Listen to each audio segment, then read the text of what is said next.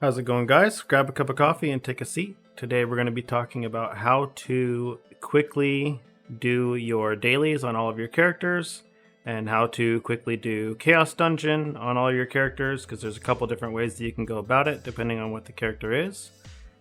First thing we're going to cover is, most important above anything else, is Crystalline Aura is going to be the biggest time saver that you could possibly have, purely because of the Bifrosts that you're going to end up unlocking for them. It's extremely important to have 4 Bifrosts if you're trying to save a lot of time. As all these newer classes are coming out, we are ending up in a position to where everyone has multiple characters that they're wanting to do the dailies on. They're trying not to rest a bunch of stuff because it feels inefficient. For those, if your roster is starting to get too big, I do recommend starting to rest things. If it's starting to feel too much for you, and really only focus on the characters you really care about. For me, in my case, I have 3 characters that I try to pretty much do everything on daily. And then outside of that, I have characters that I will let them build up rested, and I'll try to do things as soon as it gets full. You don't really lose that much value by letting it rest. Time is money, and time is important, and it's hard to come by. So first thing I want to cover today, again, is ensuring, as long as you have your Bifrost in place, the dailies, if you have a character that you are actually actively trying to hone and level up, you are going to want to be doing dailies for leap stones. This is the best value you can get out of your dailies every day on a character.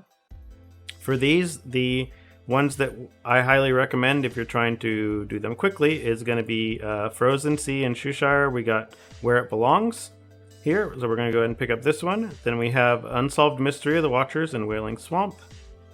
And then the last one is Kinsera's Memorial Service here in Nameless Valley.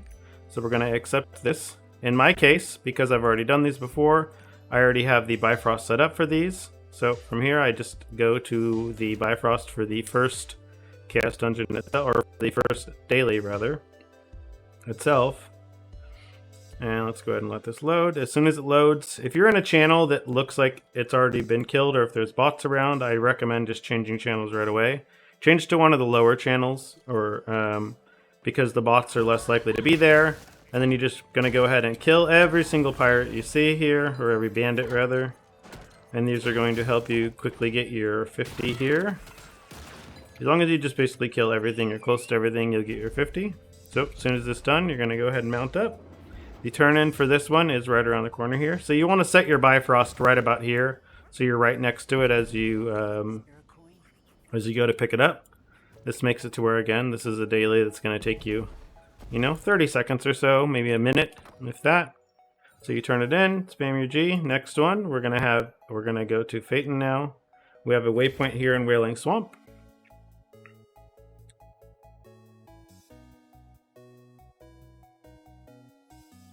So for this one here, if you see here in where I am on Wailing Swamp, you want to basically set a Bifrost right here.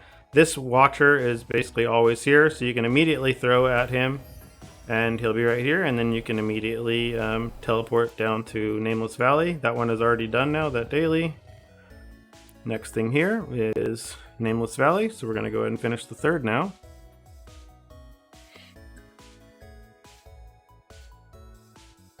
And again, when you get to the point where you're trying to do this on 6 characters, if you have 6 characters or a full roster that you're really trying to hone up all the time, it definitely saves time. You want to move past these and go all the way down to this third tree down here, because this is just out of range of all these monsters here, so they're all going to leash and they'll all fall off of you.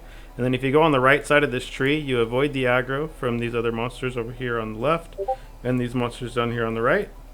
You can move back up here.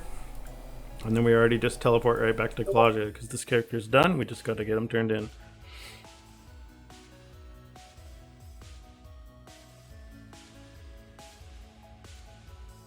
Alright.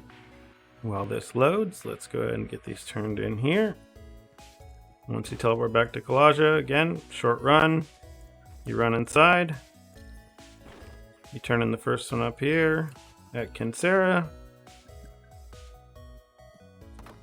And then the second one we're going to end up turning in right here down below.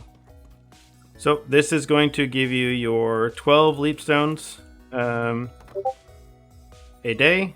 If you are in a position where you are trying to maximize your leap stones and you have an abundance of time or less characters total, then the ones that are highly recommended for people are going to be Hypnos Eyes, where you end up doing an arena quest. You basically go through a few waves of monsters. It's really easy. There's a lot of downtime though, so it takes a pretty decent amount of time.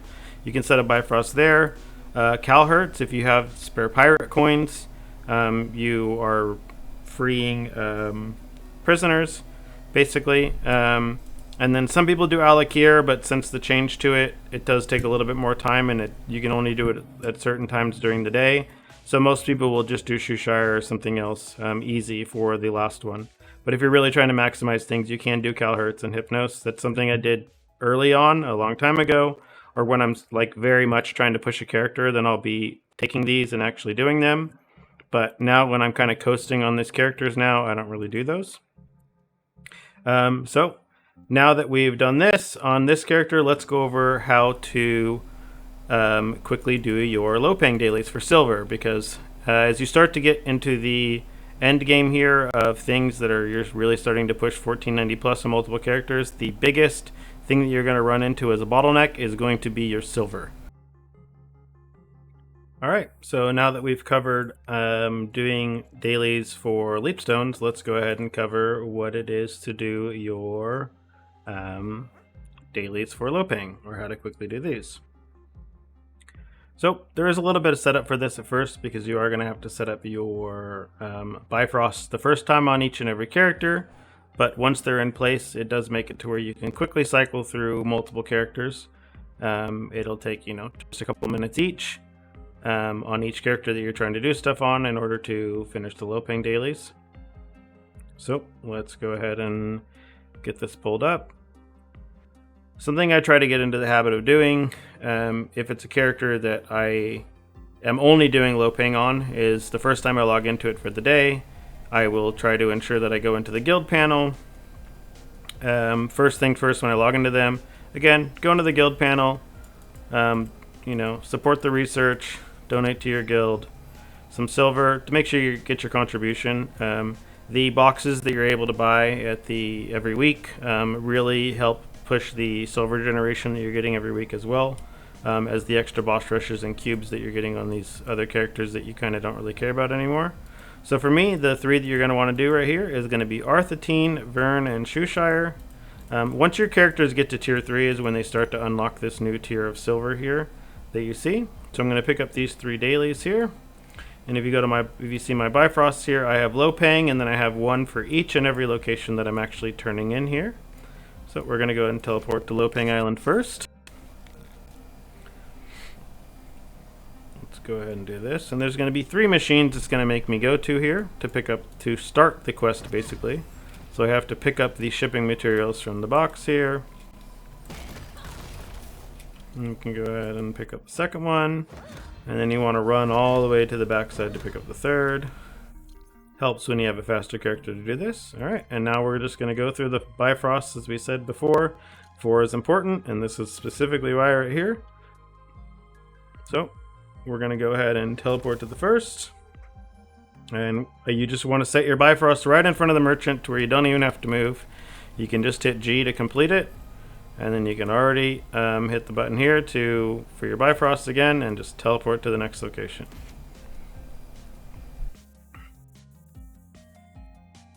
And this way again, I'll get to showcase here that if we're trying to cycle through quite a few characters, this is definitely a time saver. So there's the second one done. And third one done.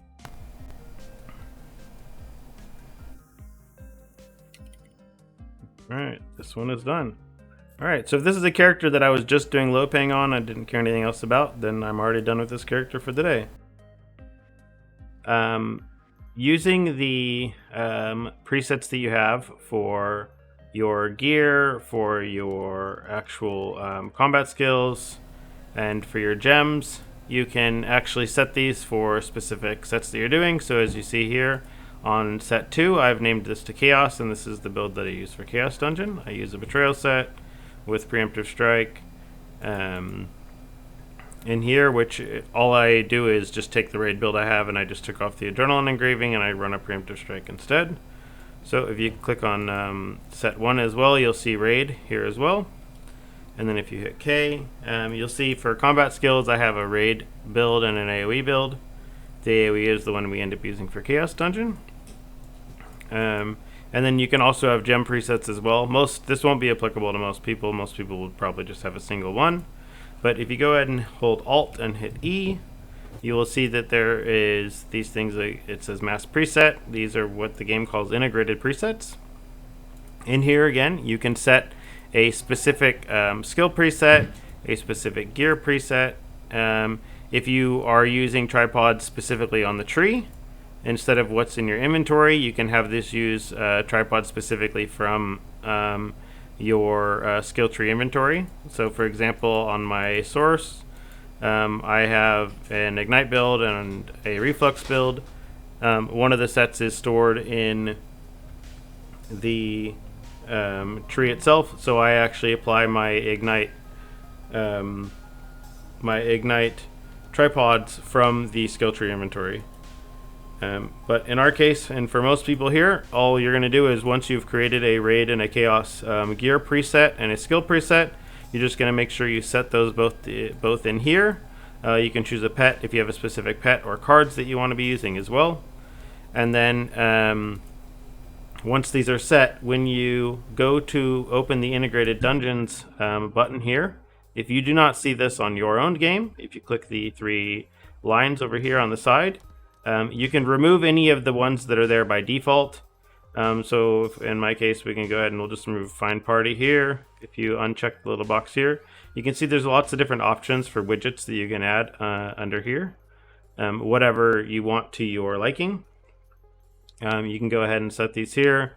So if you want to have a Market tab or Find Party, Procton's Compass, whatever it may be, you can go ahead and set these here and set the widget.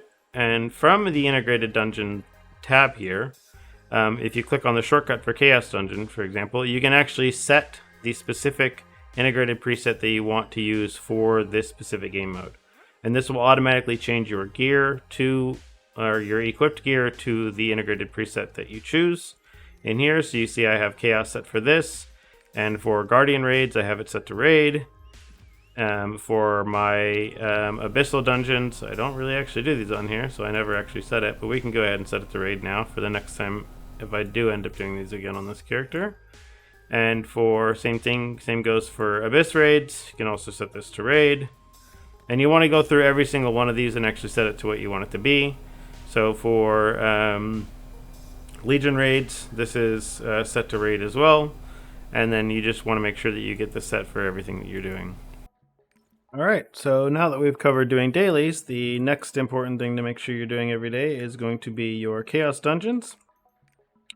Mainly when it comes to doing Chaos Dungeons quickly, there are 2 different setups that you have. If you have a character that has very high damage, high single target damage skills with AoE, then you're typically going to want to be running a build using Preemptive Strike to utilize this, because again, this is going to guarantee a crit and a ton of critical multiplier on any hit on a monster that already has full health.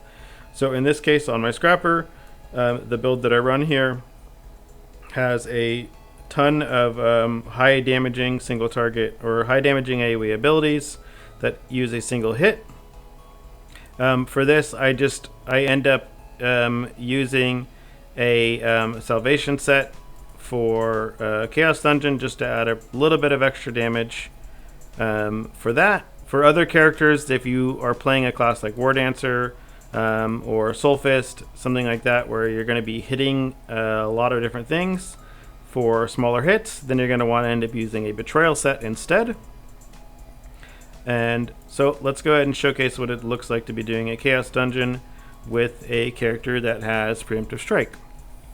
So most importantly for this is, again, you don't want to be using something like Betrayal because you want to be keeping everything at full health. Typically when you start out, again, you just want to kind of get everything into a circle.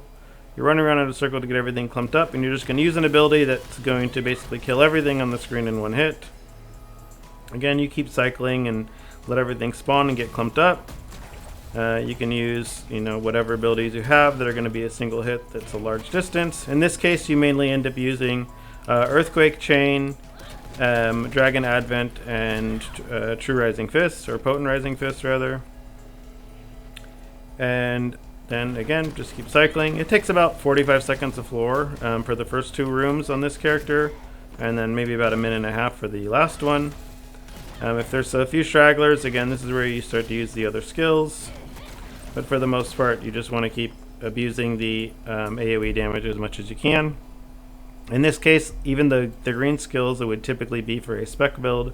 But if you see how I run this, I pretty much still just run full Swift or whatever gear I'm using for my tie set. For this, you want to grab all the elites, kind of bring them all up in close, and then you're going to want to use your ult to kind of kill everything right away. You'll notice the timer, or the cooldown on my ult, got lowered all the way down to 50 seconds, because for every elite monster you kill, the cooldown on your awakening skill gets lowered by about 10 seconds each one. You can see here as I kill these, I'm getting 10 seconds off on my awakening skill. So same thing, let everything clump up, and you can kind of just kill everything with Preemptive Strike. This is where it really helps to run around and just let everything kind of build up in a circle.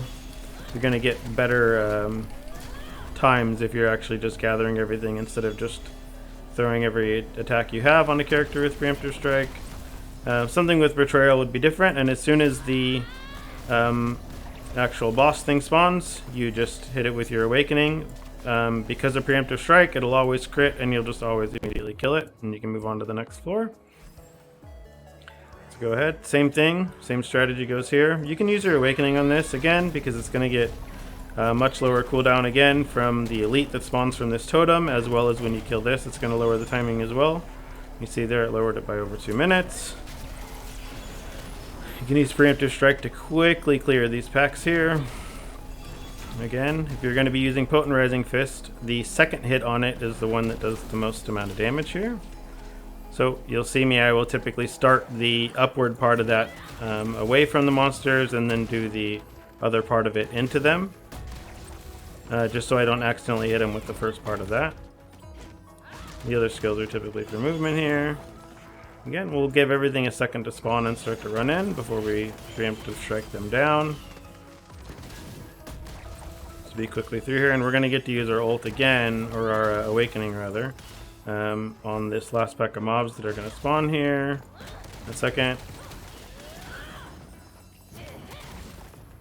Or as soon as the totem spawns rather, we'll be able to use our Awakening on this again for the last one. Give them a second to start running inwards, and then go ahead and Awakening. That's everything again. Let everything respawn and bundle up. Dragon Advent them, Earthquake Chain the remainder. Wait for them to spawn again. So we're Potent Rising Fist again to kill everything one more time. Let everything cycle here. And that will be it. So you see about a minute and a half and 45 seconds for the other floors. For again, any characters like a Berserker, Scrapper, even Bard is pretty good at this. You have quite a few large hitting abilities on Bard as well. Anything again that has these large single hitting abilities, you want to use Preemptive Strike. In my case, I have the gold version of this, but anyone else can just freely use 2 Preemptive Strike books here. Because I have things, I can use Spirit Absorption, and I can just kind of maximize my move speed. The rest of my gear realistically doesn't matter. Preemptive Strike alone would be enough to just basically be killing everything already. Next, let's go ahead and show you how to do this on a character that is using Betrayal. So because it's still Preemptive Strike, I'm still going to try to stick to the same strategy that I was doing before. I'm going to try to bundle up everything. For Soul Fist here, the F ability hits larger. And then for the Betrayal set, it's going to give you one of 3 different ethers. One that's going to drop these meteors that you're seeing. One that will give you an electric aura around you that does lightning damage. And then one that just will do random lightning strikes around the map. You definitely notice the difference. The Betrayal Chaos characters are just a tad bit slower, typically, than the ones that can fully utilize Preemptive Strike to its fullest. But it's not too much of a difference. You see that floor 1 is roughly the same speed. that you would get on a full preemptive strike character. For the second one here, we can go ahead and try to, again, get everything stacked together. For Solstice, I'm just going to go ahead and use this. You always want to start off with your Awakening if you can, because as long as you're killing all of the elite monsters that